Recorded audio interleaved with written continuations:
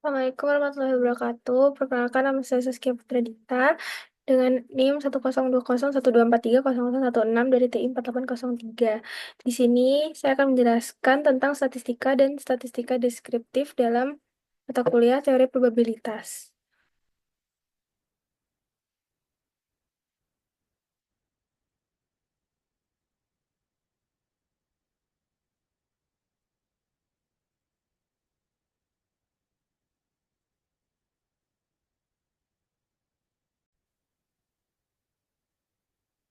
Oke, kita akan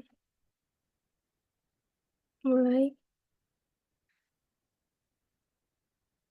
Pertama, di sini kita akan membahas tentang definisi statistika dan ruang lingkup, terus cakupan statistika, statistika deskriptif, dan pengantar big data. Nah, dalam kehidupan sehari-hari kita mungkin tahu ya statistik sama statistika itu apa. Tapi sebenarnya apa sih definisi dari statistik atau statistika sendiri itu? Jadi, menurut Agresti di tahun 2013 itu statistika adalah seni dan ilmu dalam mempelajari data. Menurut Bluman, statistika adalah metode ilmiah atau ilmu untuk mengumpulkan, mengorganisasi, meringkas, menganalisis, dan menarik kesimpulan dari data.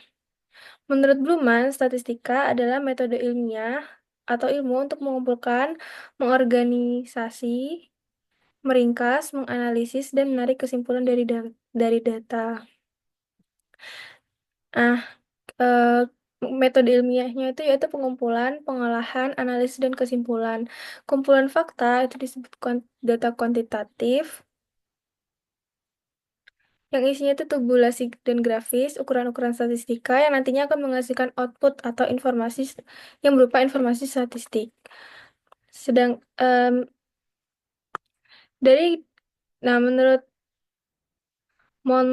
Montgomery, statistika itu ilmu yang digunakan untuk membantu membuat kesimpulan dan keputusan terhadap adanya variabilitas dalam data. Dari ketiga definisi di atas itu dapat ditarik kesamaan kalau statistika itu ilmu yang terdiri dari beberapa teknik yaitu pengumpulan, perorganisasian, peringkasan, penganalisisan, dan penarikan kesimpulan terhadap data. Oke, kalau statistik sendiri itu adalah ringkasan numerik yang diperoleh dari sebuah sampel.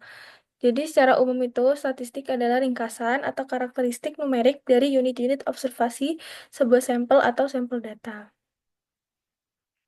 Nah, tujuan statistika itu bisa dalam keseharian maupun dalam penelitian. Kalau misalnya dalam keseharian mungkin bisa dari media cetak, elektronik, papan informasi, dan sebagainya. Kalau dalam penelitian itu bisa dalam penyusunan laporan. Kayak penamaan statistik. Penamaan diberikan untuk memberikan keterangan atau menjelaskan mengenai persoalan dari suatu unit atau kelompok pengamatan. Penamaan dapat diberikan terhadap tabel, diagram, grafik, maupun buku. Aplikasi statistika pada di berbagai bidang kehidupan, penelitian, dan dunia industri.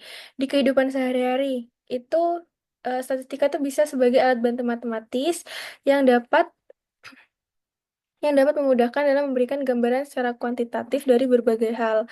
Kalau dalam penelitian ilmiah, sebagai alat bantu matematis yang diterapkan mulai dari pengumpulan data, melakukan pengolahan dan analisis, dengan pengujian hipotesis, serta membuat kesimpulan ilmiah. Dalam proses pembelajaran di sekolah, digunakan untuk mengukur hasil belajar siswa dengan menghitung rata-rata kelas. Kalau pemerintah itu bisa juga memudahkan dalam menilai hasil pembangunan masa lalu dan merencanakan masa mendatang. Kalau dalam bisnis dan industri, itu memudahkan dalam melakukan estimasi dan prediksi, mengendalikan kualitas, memecahkan masalah, dan membuat keputusan.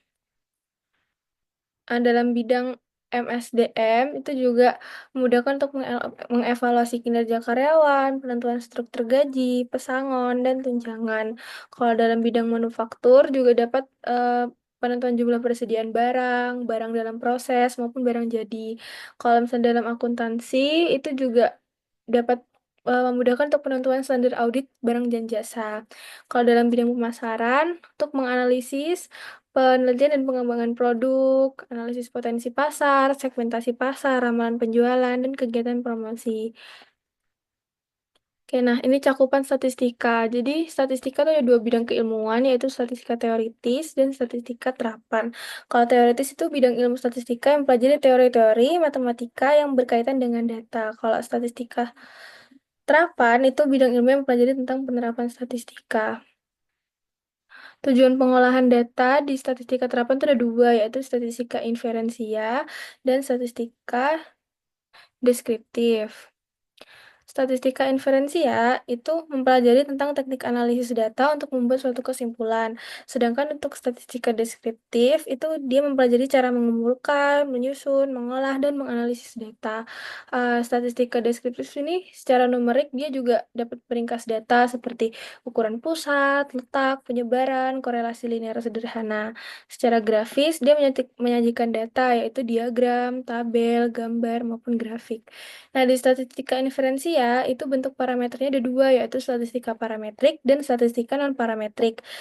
Kalau statistika parametrik, dia menguji hipotesisnya itu dengan dibuat berdasarkan data sampel. Sedangkan kalau non-parametrik, dia metodenya bebas distribusi atau bebas asumsi. Oke, kita masuk ke statistika deskriptif. Statistika deskriptif itu yaitu metode-metode dalam statistika yang terdiri dari pengumpulan data, peringkasan data, dan penyajian data dalam sebuah cara yang informatif. Nah, eh, kalau tadi kan pengumpulan data contohnya survei. Kalau penyajian data contohnya tabel, grafik, infografik. Tuh, kalau saya peringkasan data, contohnya kayak rata-rata atau mean dengan rumus sigma xis per n. Eh, ada juga bentuk dan nilai data. Klasifikasi data berdasarkan karakteristik bentuk dan nilainya. Kalau bentuknya, dia ada kualitatif dan kuantitatif. Kalau misalnya nilainya, dia ada diskrit dan kontinu. Apa sih penjelasannya? Nah, kalau misalnya berdasarkan bentuknya, tadi kan ada kualitatif. Nah, kualitatif itu, dia pengelompokan datanya berdasarkan kualitas tertentu, atau dia non-numerik. Jadi dia berupa kata-kata. Kayak gender itu. Terus kalau misalnya kuantitatif, dia berbentuknya numerik berupa angka. Terus besarannya tuh konstan atau variabel nilainya bisa diskrit atau kontinu. Nah, nih data kualitatif dapat dideskripsikan dengan kata, huruf, atau simbol. Data kualitatif dapat dibagi menjadi dua, yaitu dikotomi dan polikotomi. Kalau dikotomi itu nilainya hanya ada dua opsi. Kalau polikotomi nilainya lebih dari dua opsi. Nah, tadi kan nilainya itu ada diskrit dan kontinu. Kalau diskrit, dia itu terbatas nilainya pada bilangan bulat. Tuh. Nah, disebut juga data cacahan, biasanya berskala nominal. Kayak contohnya, jumlah anak dalam sebuah keluarga, jumlah ruangan dari suatu gedung, jumlah mobil yang diparkir.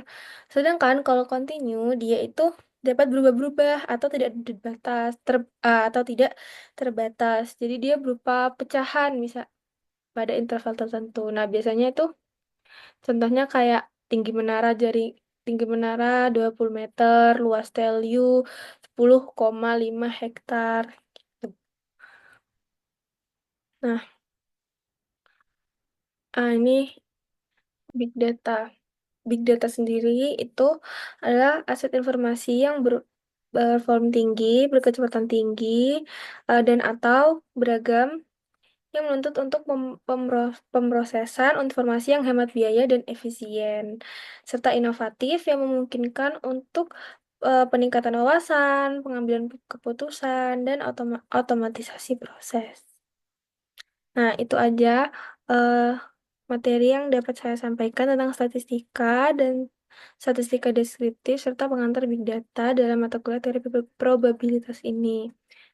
Terima kasih. Mohon maaf apabila salah kata. Wassalamualaikum warahmatullahi wabarakatuh.